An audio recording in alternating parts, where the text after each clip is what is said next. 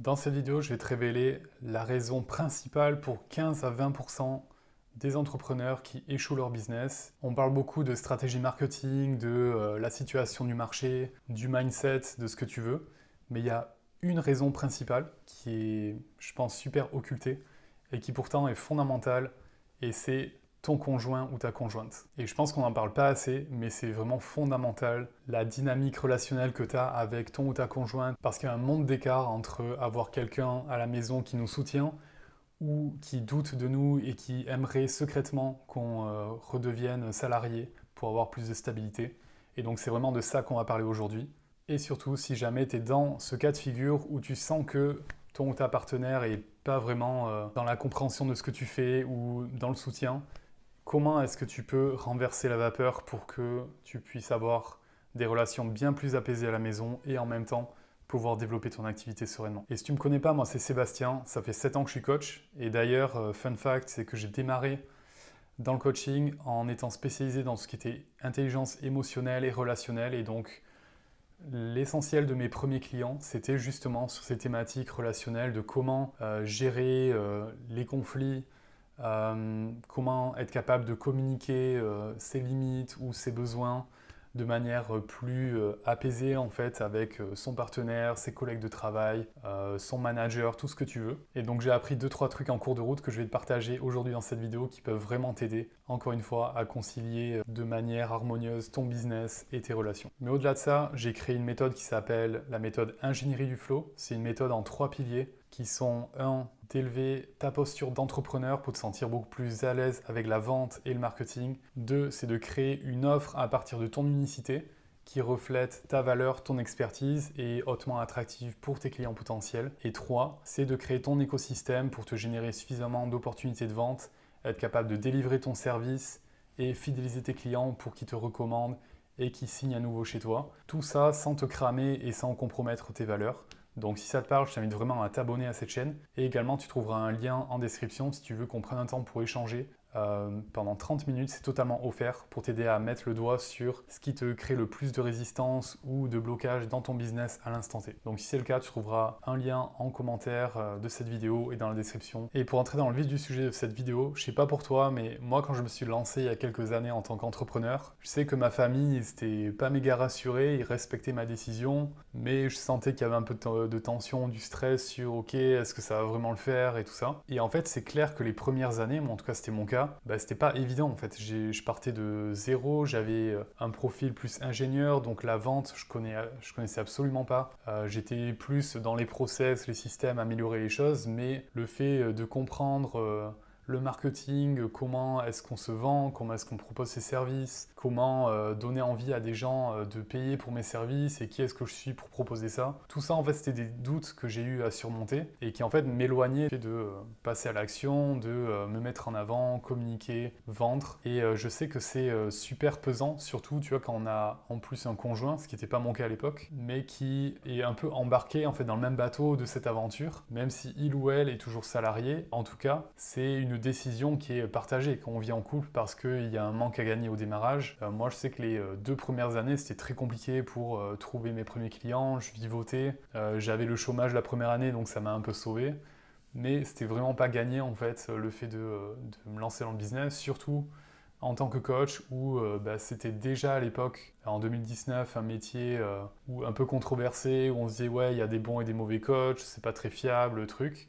Et donc ça me rajoutait une couche de doute sur le fait de développer mon activité. Et donc j'ai dû apprendre un peu au fil de l'eau comment est-ce qu'on communique, on crée une offre, c'est quoi une offre irrésistible, tout ce genre de trucs, comment est-ce qu'on vend, comment est-ce que je fais la séparation entre avoir ma posture de coach, ma posture d'entrepreneur. Et donc en fait, c'est autant de choses qui ont fait que c'était assez dur pour moi de générer du chiffre d'affaires les premières années. Et quand on est en couple, en fait, c'est pas évident de faire porter ce poids de l'incertitude, du temps que ça peut prendre avant d'avoir une activité qui décolle vraiment. D'ailleurs, c'est pas pour rien qu'il y a énormément de business qui sont déjà, qui ont mis la clé sous la porte après même pas 2 ans. Et Et après 10 ans, je crois que c'est quelque chose comme 9 business sur 10. Je sais pas si t'imagines, mais c'est genre énorme. Et donc en fait ça, pour ton ou ta conjointe, si tu es dans ce cas de figure, et a fortiori si tu as des enfants, c'est énormément d'incertitude et un poids qui pèse parce que ça veut dire restreindre son niveau de vie, ça veut dire avoir de l'incertitude au quotidien sur la sécurité financière qui va avec. D'ailleurs, petite info au passage, j'ai trouvé une stat de BPI France qui disait que 49% des indépendants n'ont aucune visibilité sur leurs revenus à 3 mois. Donc là, je te parle même pas de 6 mois, 1 an, je te parle de 3 mois. Et ça, c'est une stat en plus qui date d'il y a quelques années. Là, je pense que ce serait carrément vraiment pire. Mais donc, tu vois l'idée, en fait, c'est énormément d'incertitude et de stress où ça met dans l'insécurité. Et je ne sais pas si tu es au courant, mais en fait, l'instabilité financière, c'est une des causes numéro 1 des divorces, en France en tout cas. Donc, tu vois, tout ça cumulé, ça peut créer énormément de tensions dans le couple. Et je pense que c'est vraiment pas à négliger, en fait, quand on est entrepreneur, qu'on a besoin d'être focus sur son business et en même temps assumer ses responsabilités dans son couple, dans sa famille. Parce que je pense que ça fait une différence capitale si tu as d'un côté ton partenaire qui te soutient, qui croit en toi, même si ça prend 1 an, 2 ans, 3 ans avant que ça décolle, et d'un autre côté, ton ou ta partenaire qui te critique, te dit vu que tu gagnes pas d'argent, tu peux au moins t'occuper du gosse ou aller le chercher. Tout ce genre de choses en fait qui vient affecter ton estime de toi, au-delà de ce que tu essayes de poser comme action, qui génère peut-être pas de résultats de suite, ou alors que peut-être que tu devrais penser à redevenir salarié parce que voilà, tu as essayé quelque temps, ça décolle pas, alors que toi tu sais que tu n'as surtout pas envie de redevenir salarié. Si tu as quitté le salariat, c'est parce que peut-être que tu avais de grandes aspirations, mais peut-être que tout simplement comme moi, tu as réalisé que le monde du travail, c'était vraiment un endroit qui t'éteint en fait, et tu ferais n'importe quoi pour ne pas y retourner. Et donc si c'est ton cas, en fait, je sais que ça peut être super pesant d'avoir ton ou ta conjointe qui te met la pression pour que tu arrives à générer du chiffre d'affaires. Et donc là, pour moi, il y a vraiment 2 choses essentielles. D'une part, te poser la question, est-ce que tu fais vraiment tout ce qui est en ton pouvoir pour te donner les moyens d'aller créer plus de stabilité, plus de revenus dans ton activité?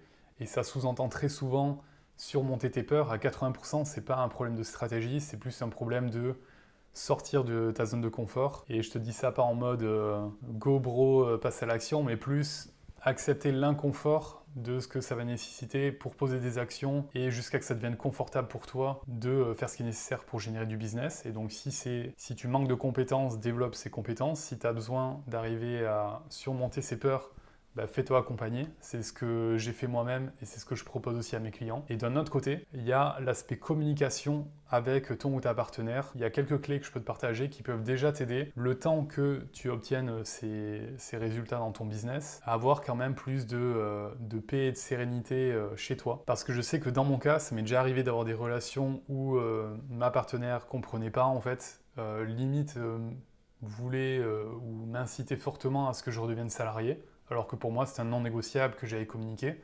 Et donc je vais t'expliquer comment tu peux faire pour faire accepter plus facilement à ton ou ta partenaire que tu as envie de développer ton activité en tant qu'indépendant. Et la première chose qu'il faut comprendre, c'est qu'il n'y a pas de gentil ou de méchant dans l'histoire. Chacun a des besoins qui sont pas remplis, on va dire. Je peux te donner les besoins fondamentaux qu'on a tous en tant qu'être humain. C'est un modèle qui vient de Tony Robbins que je trouve assez intéressant. C'est un peu basé sur la pyramide de Maslow, dans le sens où en niveau de base, tu as besoin de sécurité et de stabilité. Et donc ça passe par la stabilité dans tes revenus, financièrement, stabilité aussi dans ton environnement. Tu vois que tu n'es pas à réinventer la roue tous les jours.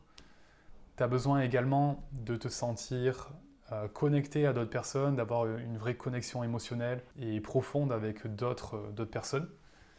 Tu as besoin aussi de te sentir important et utile.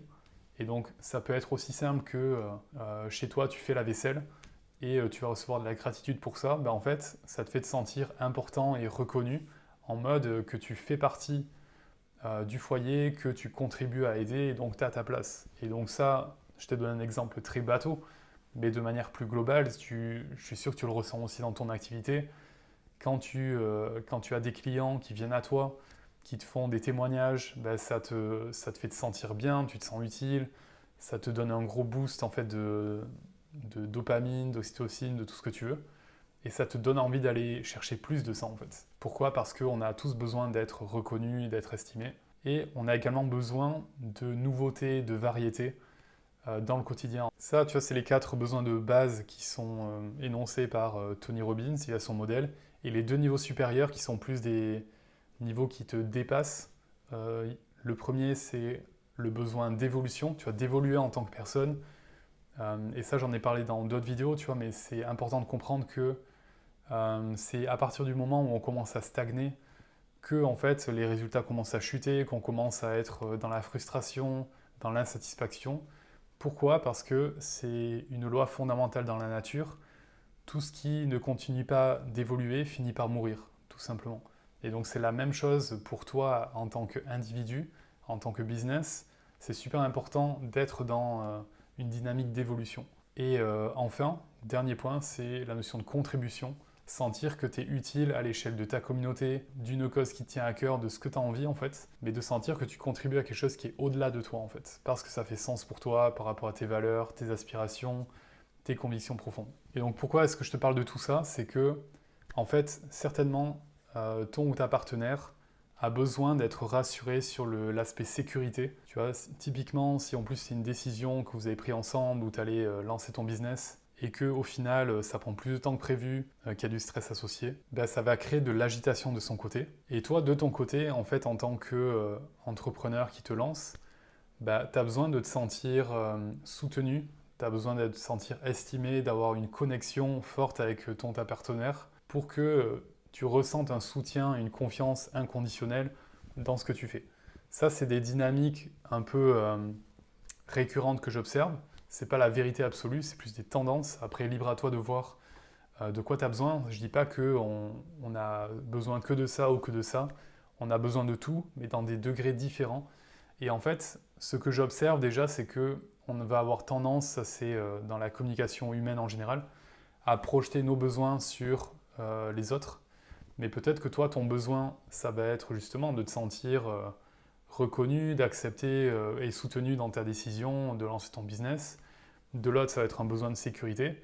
Et si tu négliges les besoins de sécurité de ton partenaire ou ta partenaire, et qu'à l'inverse, ton ou ta partenaire est plus obsédé par le besoin de sécurité et néglige tes besoins à toi de peut-être de contribution ou d'envie d'impacter et de même te sentir voilà, reconnu dans ce que tu fais, ben en fait ça va créer des tensions, de la souffrance qui sont même pas voulues, en fait c'est même pas intentionnel, c'est juste la conséquence d'un manque de compréhension des besoins de l'autre. Et donc ça c'est vraiment l'étape numéro 1, c'est de conscientiser nos propres besoins, qu'est-ce qu'on attend de notre partenaire, et qu'est-ce qu'on peut lui fournir, entre guillemets, pour la rassurer, notamment sur les besoins de sécurité. Et donc l'étape 2, ça va être maintenant d'être capable de communiquer, en fait, d'avoir une communication en tant qu'adulte sur, voilà, quels sont mes besoins, de ne pas critiquer ou juger l'autre, mais plutôt d'exprimer avec vulnérabilité de quoi est-ce qu'on a besoin pour se sentir bien et en harmonie et d'avoir une bonne dynamique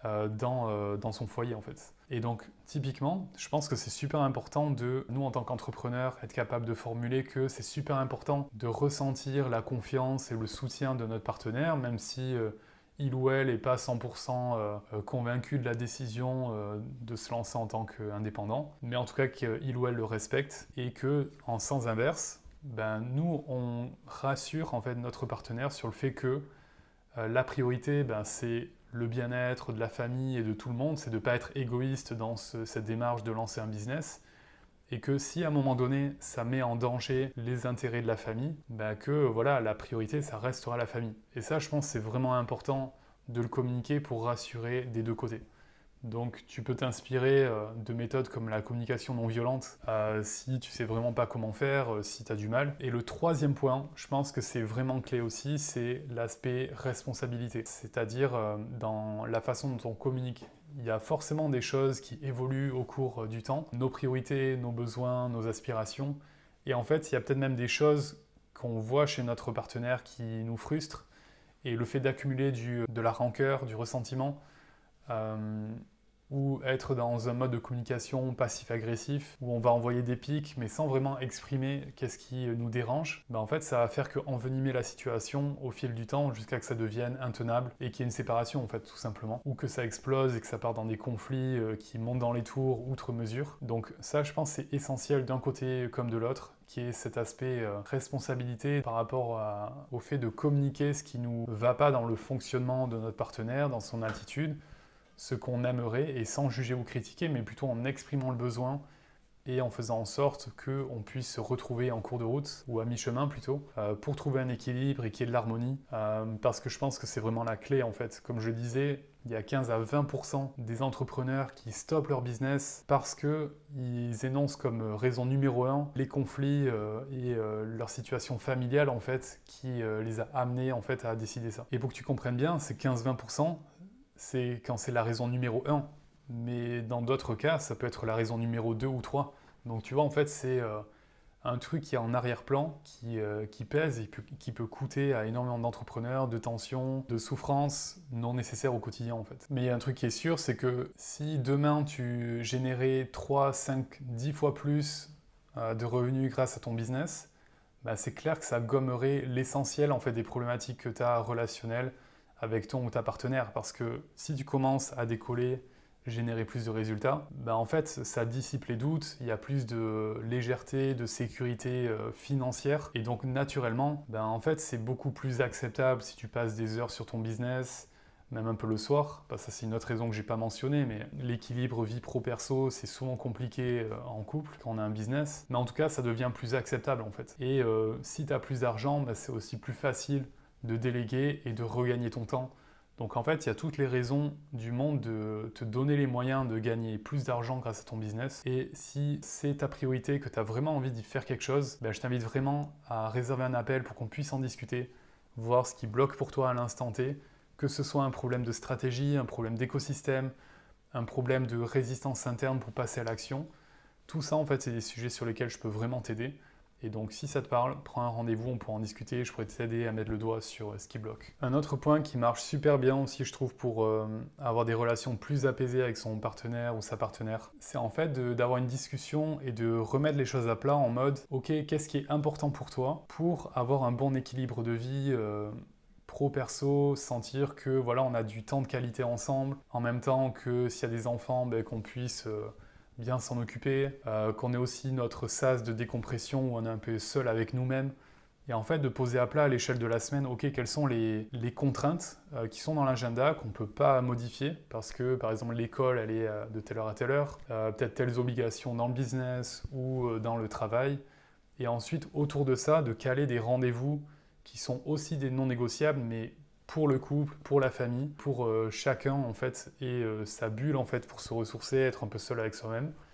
Et en fait, construire à partir de là le reste du business qui est un peu plus flexible. Tu vas typiquement créer ton contenu. Si tu dois communiquer sur les réseaux sociaux, tu n'es pas obligé de le faire à des heures précises. Tu peux aménager autour des contraintes que tu as déjà de base dans ton agenda.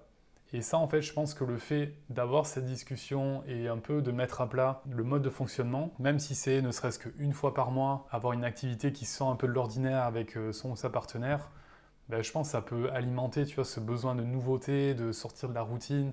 Ça peut être toutes les semaines, tous les mois, c'est toi qui vois la fréquence, c'est pas le point. Mais en tout cas, d'avoir cette réflexion, de trouver un équilibre qui fait sens pour les deux, pour qu'il n'y ait pas de frustration ou de besoin négligé d'un côté ou de l'autre. Et ça, je pense que c'est la clé en termes de communication pour être beaucoup plus en mode adulte et responsable de communiquer ses besoins et de trouver ensemble des solutions pour que ça fonctionne bien pour tout le monde. C'est tout pour cette vidéo. Si ça t'a parlé, je suis curieux de voir en commentaire ce qui t'a impacté le plus, si tu as des tips que toi t'aimerais donner pour les autres personnes qui voient cette vidéo, sur ce qui t'a aidé toi à trouver ton équilibre dans le couple. Je t'invite aussi à t'abonner si cette vidéo t'a été utile et que tu as trouvé de la valeur, et je te dis à bientôt pour la prochaine vidéo. Salut, ciao!